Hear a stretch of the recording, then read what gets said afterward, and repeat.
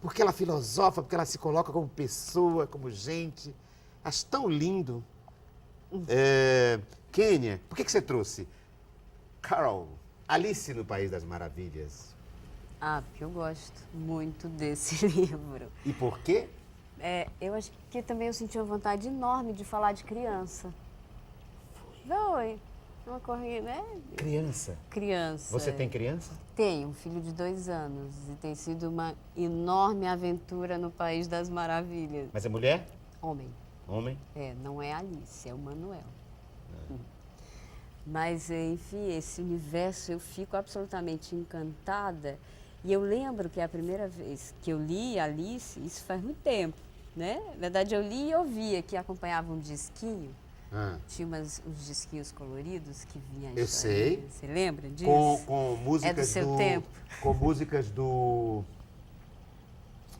Braguinha. Exatamente. Com músicas do Braguinha. Bonitinho aquilo dali. E eu fiquei absolutamente...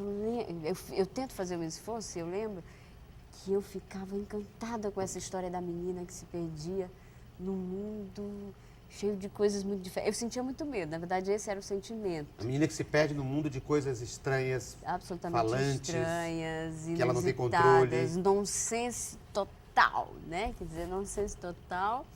E aquilo me assustava demais. Eu dizia, meu Deus do céu, ela tem que sair disso, ela tem que ser... Eu ficava torcendo.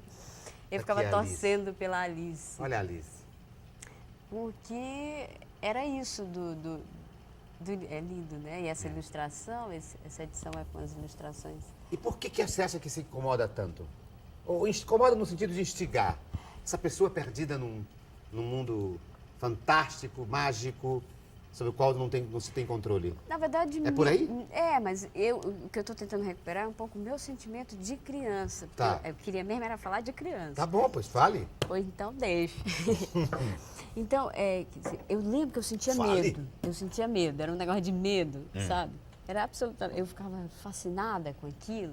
E os becos, e as figuras, e a lagarta. E eu digo, meu Deus, uma lagarta que fala. Um gato que some e fica só o sorriso. E é muito curioso, porque depois a gente vai crescendo e a Alice vai se transformando em outra coisa, né? Mas por que é que... Porque aí a gente começa a querer ver na caixa outra coisa que não a caixa. Quer dizer, aí, de repente, uma enxurrada de textos e de reflexões sobre a Alice do ponto de vista psicanalítico, filosófico, metafórico, não sei o quê. E a Alice se transforma em outra coisa. Quer dizer, a gente tira a Alice, ela deixa de ser Alice no País das Maravilhas para ser Alice em outros países. Que eu acho que, bom, mas é claro, mas isso é da leitura mesmo, eu não tenho nada contra. Mas como eu trouxe a Alice para recuperar um pouco isso da Alice criança, ela é nonsense mesmo. E algumas coisas não tem explicação e não tem que ter. Quer dizer, a gente retira, eu acho, a Alice da magia, de outra coisa. Quer dizer, a gente está sempre tentando explicar. O papel da academia é exatamente fazer isso, né? Então pegar um bisturi e ir fazendo... então a gente tira o que é do livro, quer dizer, o que é da Alice. A gente rouba a Alice do País das Maravilhas. Rouba a Alice do País das Maravilhas. Ou da própria Alice. Eu acho. E por que isso incomoda você? Por que você trouxe? Não é que isso me incomode, mas é porque a Alice aqui, ela tem um papel, né? Nesse momento, que é de pensar o universo infantil. De pensar, ou... Na verdade, eu estou falando do meu sentimento. Eu não estou nem querendo pensar sobre a criança, senão eu estou tentando recuperar o medo que eu sentia quando eu lia ou ouvia a historinha da Alice. Era um medo, né? E, por exemplo, eu relendo a Alice, não é mais um medo, senão eu fico procurando os aspectos psicanalíticos, metafóricos, filosóficos, etc, etc. Então, quer dizer, o que me incomoda é um pouco isso, a gente perder, às vezes, a capacidade de ver as coisas, de ver que uma pedra é uma pedra. De que as coisas não... é só sentimento mesmo. Não, é que as coisas são. É claro que a gente está, eu sou professora de história, eu tenho essa função de estar o tempo inteiro filosofando. Mas eu acho que é fundamental E eu acho que o mais difícil é a gente ver o óbvio. O óbvio é muito difícil, né? Eu acho que a gente tem uma mania ou mania, sei lá o quê, nós estamos instrumentados a não perceber o óbvio, quer dizer, a querer sempre ver nas coisas outras coisas que não as próprias coisas, né? E eu acho que é tão bacana, assim, quando a gente tem essa capacidade, e eu acho que isso é muito infantil, né? E o óbvio que você traz, então, para agora é olhar as coisas como são, sem querer dar a elas nenhuma outra... É a Alice no País das Maravilhas. Não é a Alice no País dos Filósofos, no País dos Psicanalistas, ou na semiótica, mas é a Alice no País das Maravilhas. E que maravilha, né? Que é. Eu acho que se a gente consegue não tirar a Alice do País das Maravilhas, isso é tudo. Mas, o Kênia, será que viver basta? Será que a gente só compreende? Acho que é o Paul Valéry que dizia, uma viagem a gente só começa a fazer quando acaba de fazer. E ampliando isso, uma vida a gente só consegue viver depois que vive. Então eu digo, será que a vida nos basta? Será que a gente consegue, nós humanos, temos condições de viver alguma coisa sem significá-la? Não, de jeito nenhum. Quando eu digo para você... A gente só consegue dizer o que foi não, depois que... Sem dúvida nenhuma. Viveu. Inclusive, hoje eu vi uma frase do Dom Helder que me chamou muita atenção, que ele diz, é preciso mudar muito para continuar sendo o mesmo. O que eu estou querendo dizer é que a primeira vez que eu li Alice no País das Maravilhas. Depois eu li várias outras Alices. E hoje, isso é um retorno, né? Uhum. Eu tento de novo ver Alice no País das Maravilhas, sendo outra absolutamente diferente e, obviamente, significando o tempo inteiro. Não é isso. Quer dizer, quando eu digo que uma pedra é uma pedra, eu estou significando. Quer dizer, o que eu estou querendo dizer aqui é que, às vezes, o óbvio é muito difícil. A gente inventa demais, é isso que eu estou querendo dizer. É que a gente inventa demais. Então o trabalho agora, depois, é ir tirando essas camadas, que para chegar no óbvio. No óbvio. Vou citar de novo o Nelson Rodrigues. Pronto, que é então... o objeto da minha dissertação, do meu estudo. Que bom. O Nelson diz de novo. Eu gosto dele. O óbvio, só o gênio enxerga o óbvio. Olha aí, tá vendo? As outras pessoas passam pelo óbvio, esbarram no óbvio, E cumprimentam o óbvio e não percebem o óbvio. Só o gênio olha o óbvio e diz, ali está o óbvio. E os outros porque isso é muito dizem, difícil. é verdade, é mesmo. E é muito difícil. Mas é isso mesmo. Por exemplo, quantas vezes eu digo, meu Deus, por que eu não pensei nisso? Tem outra frase linda que eu acho que tem a ver com isso, que é do Caetano, quando ele diz, na música Estrangeiro, ele diz sobre a Guaíra Guanabara, ele diz, estou cego de tanto vê-la. Eu acho isso das coisas mais lindas. Fantástico. Às vezes você vê, aquilo se incorpora à sua... Que você não... Mas não estou falando só de visão, né, física, percepções das coisas, do outro, das pessoas, não é, Kênia? Cega. A gente se sente cega, viu tanto que não consegue perceber. Aí quando você se afasta, palma, causa, né? Pausa. Aí você diz, meu Deus, eu estava todo tempo ali ao lado e não vi. Se você me permite voltar para o ofício do historiador, isso é uma coisa, por exemplo, que eu acho fundamental. Por exemplo, eu digo, vocês precisam estranhar.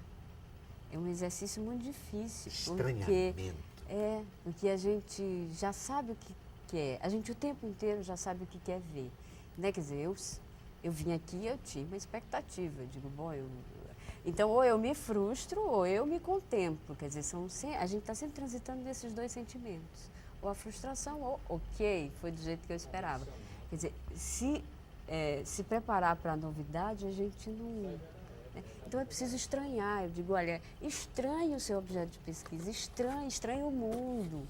Aliás, esse estranhamento é uma postura, se não me engano, está em Hegel, não é? De que as coisas estão assim, que você tem um olhar de estranhamento sobre o natural. Não é? O mundo é uma construção histórica, não é assim. Não é? Não é assim. Está assim porque foi construído assim. Exatamente. É sempre Mas esse é um papel também do artista, viu? Eu o artista estranha que alguém ande, que alguém... É. Não é?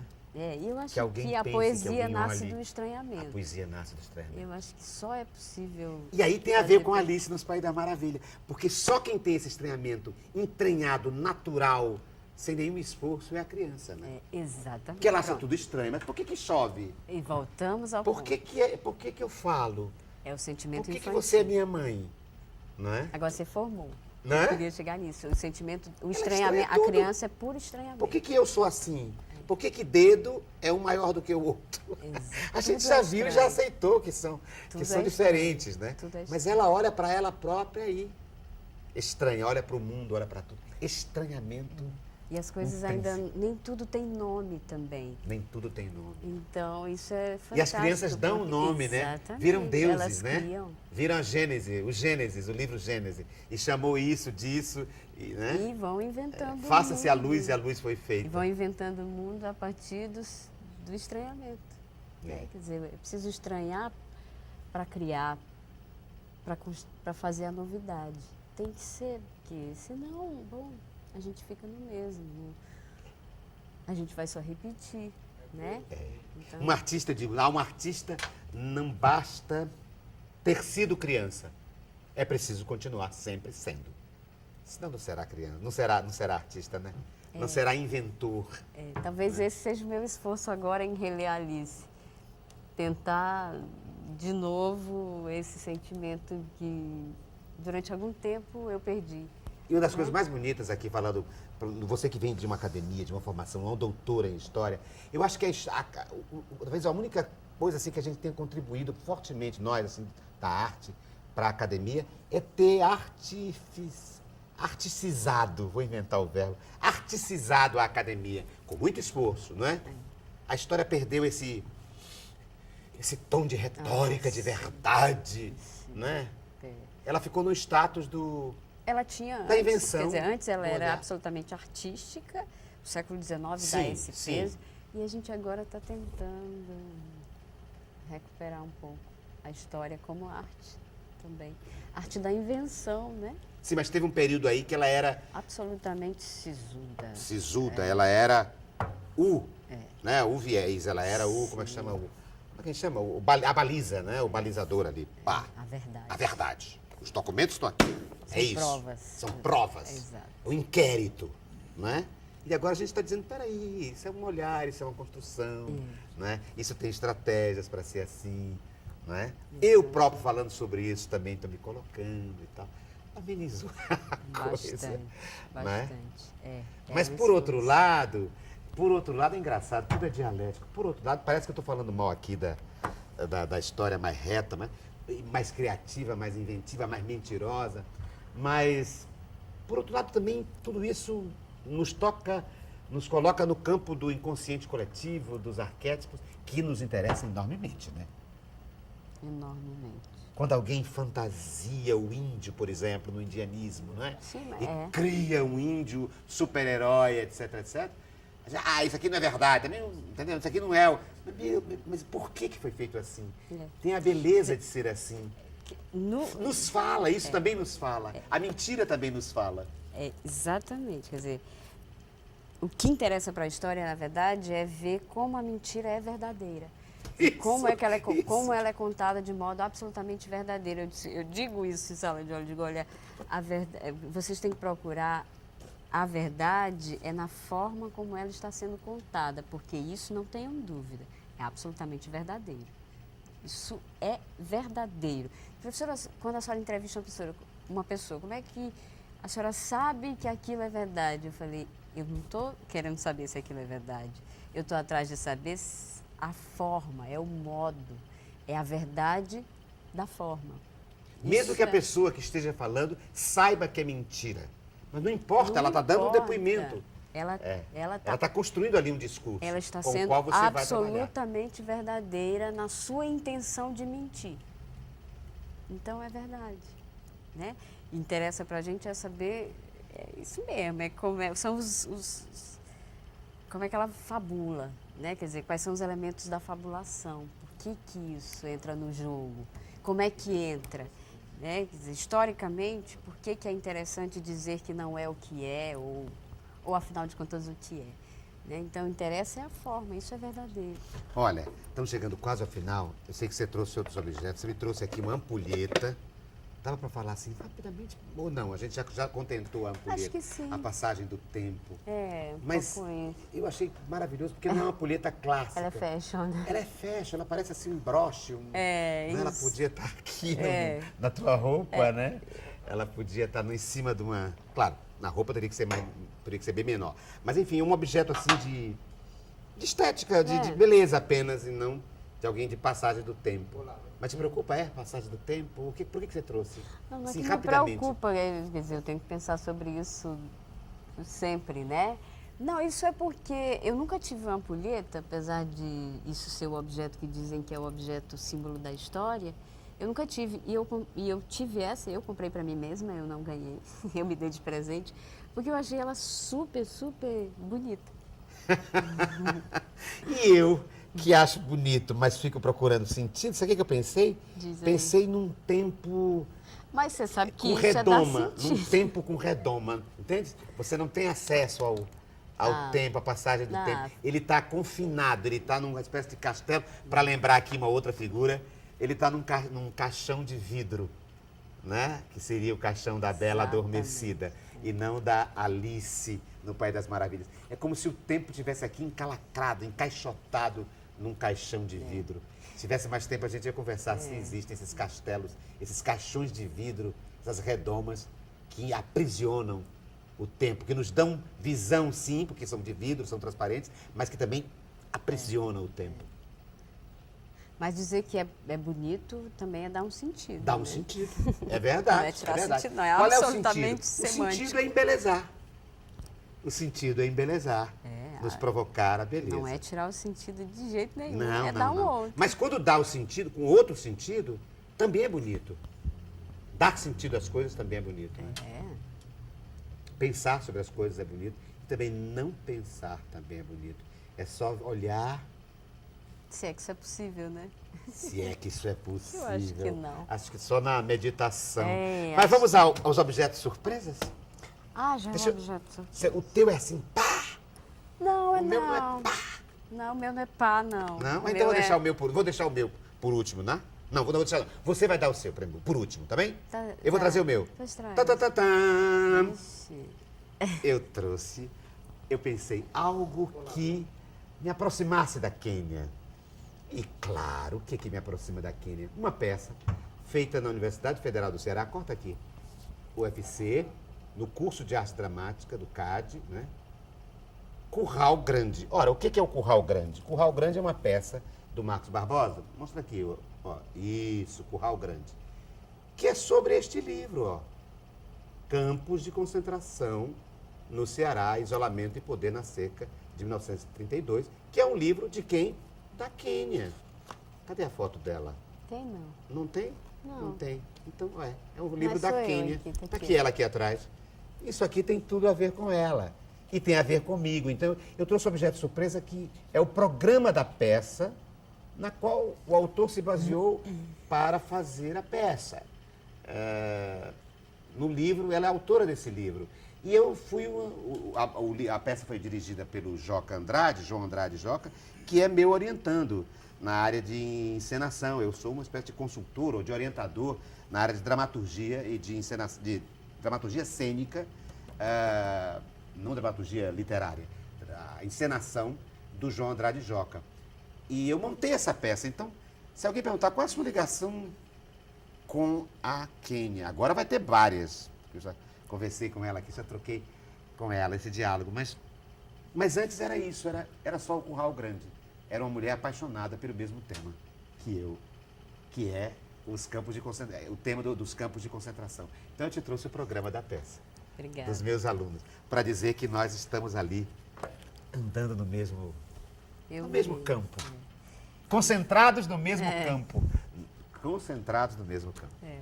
Eu vi, inclusive eu comentei com eles uma coisa que eu achei de muita sensibilidade, porque, por exemplo, a academia não gostou.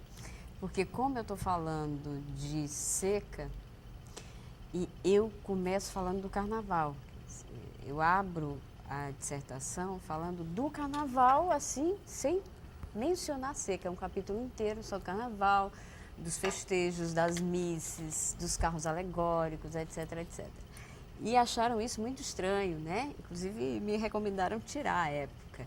E eu achei de muita sensibilidade que eles tenham colocado. Falei, olha, se eu conseguir convencê-los de que isso era importante e fundamental nessa conexão, E é verdade. satisfeita. Mas é verdade, porque a peça tem uma cena do Carnaval de 32, o Corso, na rua Major Facundo. E, olha, mas ele é simbólico isso, uma classe, um povo todo, como é que chama? Confinado, segregado, com né, doente, milhares de pessoas morrendo nos subúrbios de Fortaleza, mais especificamente no Pirambu. E o Carnaval truando, e as classe média e a elite dançando também o Carnaval. confinada. de Também certa confinada, mas forma. protegida, passeando nos seus carros alegóricos. É simbólico, é lindo, é revelador. Isso eu gostei muito. É revelador do Carnaval de 32 e é extraordinário, extraordinário. E lindo que o Marcos tenha entendido e que nós, que montamos a peça, temos entendido a força disso nessa Eu até peça agradeci Curral Grande. especialmente a ele. Eu agradeço especialmente isso, porque não quis que me mandaram tirar, então, e eu não tirei. No que fizeste muito bem. Não tira. Tá aqui. Consultoria de direção, Ricardo Guilherme, Gil Brandão e a direção João Andrade Jó. Sim, e o teu objeto surpresa? Tu trouxe, você pode levar, inclusive, tá? É um programa da peça Curral Grande, que essa peça é a tradução desse livro da Kênia Rios. Quer dizer, a tradução, uma analogia, né, ao livro dela, em arte, em teatro. Fala, Kênia. O meu objeto não é tão pá. Na verdade, eu aproveitei e digo, já que eu vou para a televisão, a gente tem que aproveitar a TV, porque tem muito... Então, eu vou fazer uma súplica, uma queixa, né? Essa aqui é a parte queixa. Isso aqui é um tapa-ouvidos. Olha aqui, mostra aqui. Um negócio assim, que você pega e você põe no ouvido. Um tapa-ouvido? É, para você tapar o ouvido, para não ouvir. Por que você trouxe isso? Bom, já que eu falei tanto do belo, na verdade, isso é para falar um pouco do feio. Eu acho que são os ruídos, né? Isso e ela aqui no fundo. Isso. A gente vive numa cidade, eu acho, muito barulhenta e são sons muito feios, eu acho. Então, na verdade, eu uso mesmo, efetivamente, isso. De vez em quando eu boto nos ouvidos, porque me irrita profundamente, por exemplo, a forma que se ouve o forró, quer dizer, isso de levantar o carro e desrespeitar absolutamente o outro, enfim, de invadir o outro das formas mais, eu acho, absolutamente violento. Isso me incomoda profundamente, acho de um autoritarismo. Obrigar o outro a ouvir o que você não quer ouvir. O que você... É um estupro auditivo. Se você está a fim de ouvir, ouça. Ainda que eu achasse melhor que você ouvisse outras coisas. Mas ouça só bem. você, né? Mas ouça só você, né? E isso tem invadido a cidade de um modo tão absurdo. Então eu aproveitei esse último momento para falar do feio. O tempo inteiro foi falando do bonito, então eu aproveitei de, tem coisas muito feias. Muito, e é interessante isso é feio, sabe? Sim, Se a do ponto de gente vista pode social, muito, tudo, né? Você agredir a vontade do outro, muito agredir. agressivo. E outra coisa é diferente, porque invadir uma casa, você tem que entrar na casa, etc. Mas o som do vizinho invade a sua casa. O tempo inteiro. Não é? Né? O som da rua invade a sua casa, te desconcentra. Isso é uma das coisas que mais me perturba também. A gente tem um preconceito, eu acho, com o silêncio. Acho que, sei lá, de repente a gente aprendeu que o silêncio é sinônimo de tristeza ou alguma coisa aqui. Mas isso é tão fundamental, né? Ouvir-se. Ou não pensar em nada. Ou não ouvir nada, não ouvir nada. Isso é... Calma, silêncio, pausa. Isso é tudo. Não é? Isso é fundamental para a gente aprender a ouvir. Sim. Não ouvir é fundamental. Assim como a música precisa de pausas, né? Entre uma nota e outra. Então é mais uma súplica mesmo. É um objeto. E veja, os objetos surpresa geralmente são assim. A gente escreve, quando escreve para o convidado, dizendo como é a ideia do objeto surpresa. Ou é alguma coisa que nos ligue, a mim, ao convidado, ou então é alguma coisa que desmonte completamente, saia do esquema e nos dê uma outra ideia daquele encontro. E hoje a gente vivenciou as duas coisas. Quer dizer, eu trouxe alguma coisa, eu no meu caso, fui por esse lado mais de de contato com você, de fazendo uma coisa que tem a ver com você e comigo, e você me trouxe uma outra coisa linda. E é com ela que eu vou terminar o programa, porque isso também me incomoda enormemente. Música, tem gente que diz que eu, às vezes não gosto de música. Eu gosto tanto de música que é a coisa que mais me arrebata. E eu só posso ouvi-la na hora que eu quero, a que eu quero, com quem eu quero, na altura que eu quero. Perfeito. Mas eu não posso afrontar a vontade do outro, né? Exatamente. Então, mais uma coisa de identificação, viu? Pronto. Então, somos do Kênia, mesmo lado obrigado. do mundo. E agora eu vou fazer simbolicamente o seguinte. Eu vou usar o objeto que você me trouxe. Como é o nome disso? É um... Tem aqui na canção. Tem um nomezinho? Não, é Tem, plug silicone. Plug, mas- É um tapa-ouvidos. Tapa-ouvidos de silicone. É. Plug silicone. Muito bem. Eu vou colocar e simbolicamente, a partir daí, não vou ouvir mais você, o diálogo vai acabar. Porque eu não vou ouvir o que você vai dizer, não vou poder interagir e o programa acaba aqui no silêncio.